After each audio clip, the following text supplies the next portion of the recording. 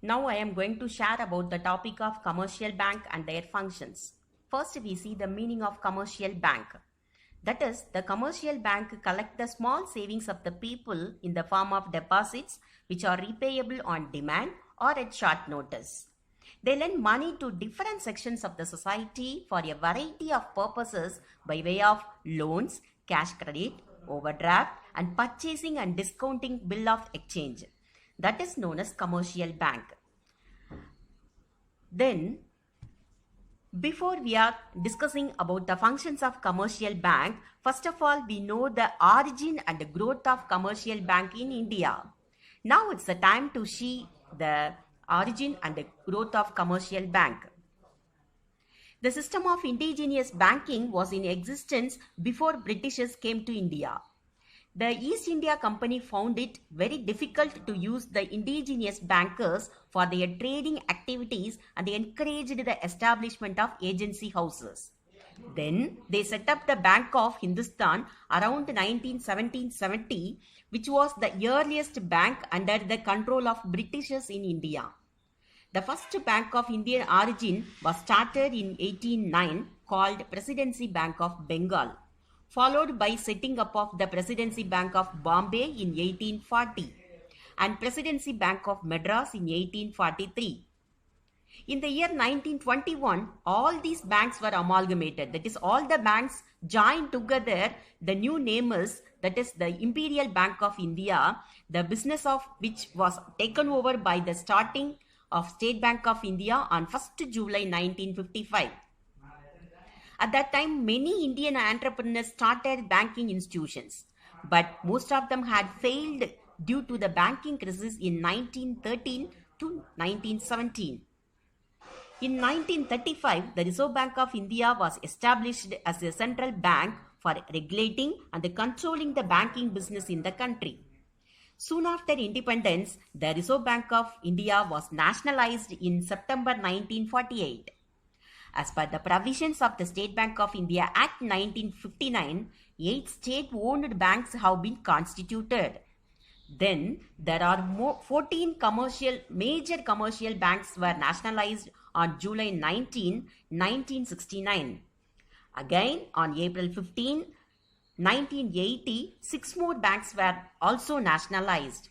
As a result, 91% of the banking system in India was brought under the public sector.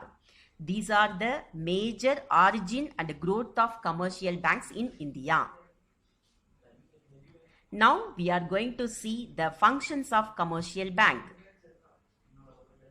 The functions of commercial bank is classified into 4.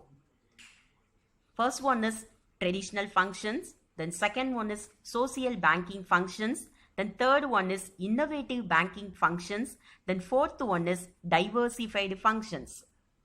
All the functions relating to included that accepting deposits, providing credit facilities, payment and withdrawal facilities, then credit creation, then interbanking transactions, agency and utility services, references, safe custody services and other services. Let me see one by one. The first one is traditional functions.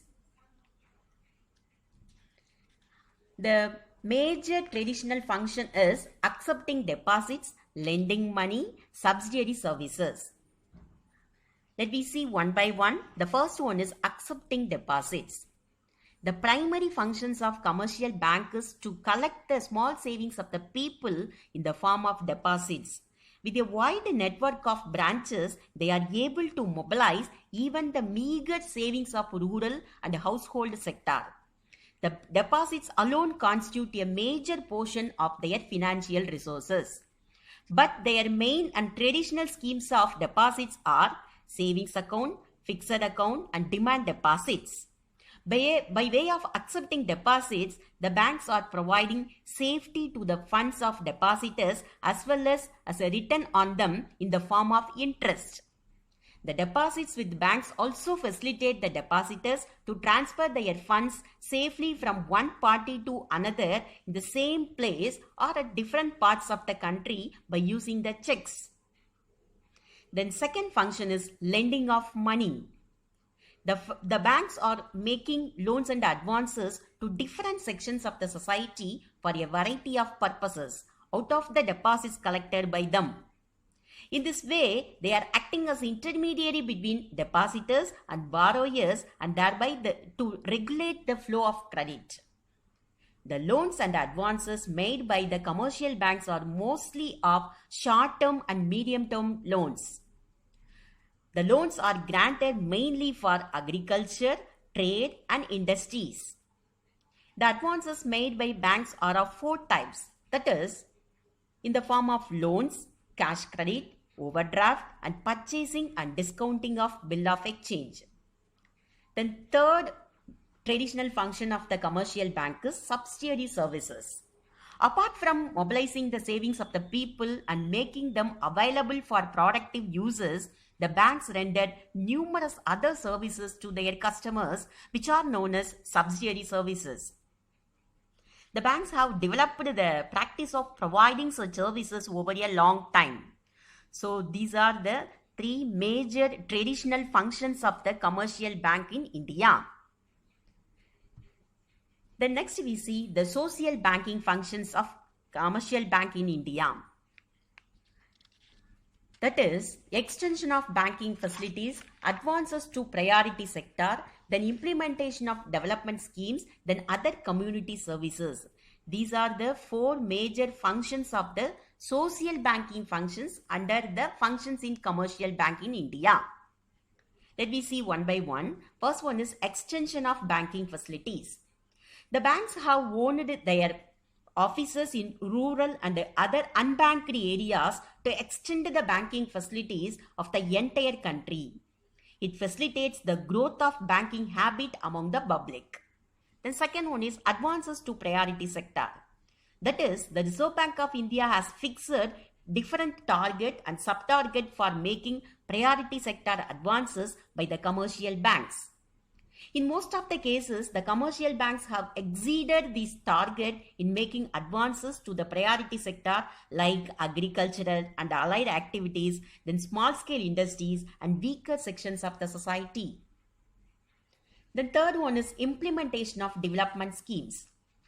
The banks are instrumental in the implementation of the development projects introduced by the government, particularly for the development of the rural economy.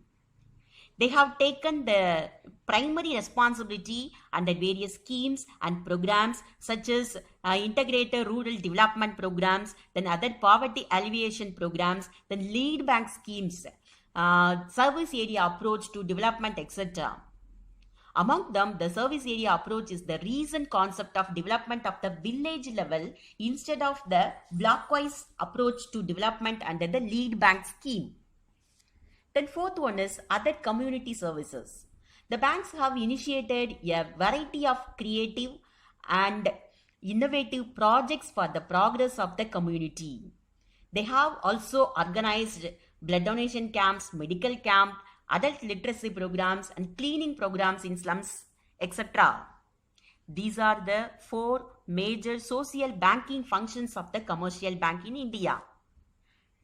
The next one is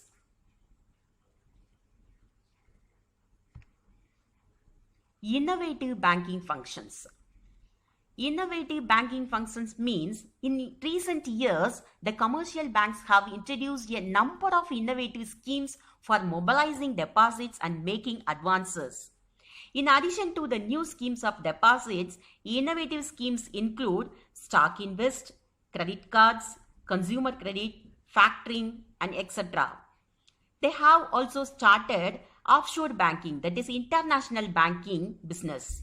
In order to promote the better interaction between bank staff and the customers, customer council have also been set up in some of the commercial banks.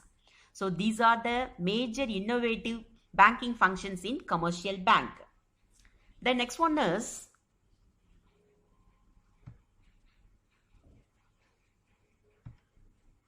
diversified functions. The last function of the commercial bank is diversified functions. In recently, the commercial banks have diversified their activities into new areas of business such as merchant banking, equipment leasing, mutual funds, venture capital, housing finance, and other financial services. Several banks have set up separate subsidiaries for undertaking these diversified activities. The banks have diversified their activities mainly with a view to increase their profitability. So these are the major functions of the commercial bank in India. Thank you all. Thank you for everyone.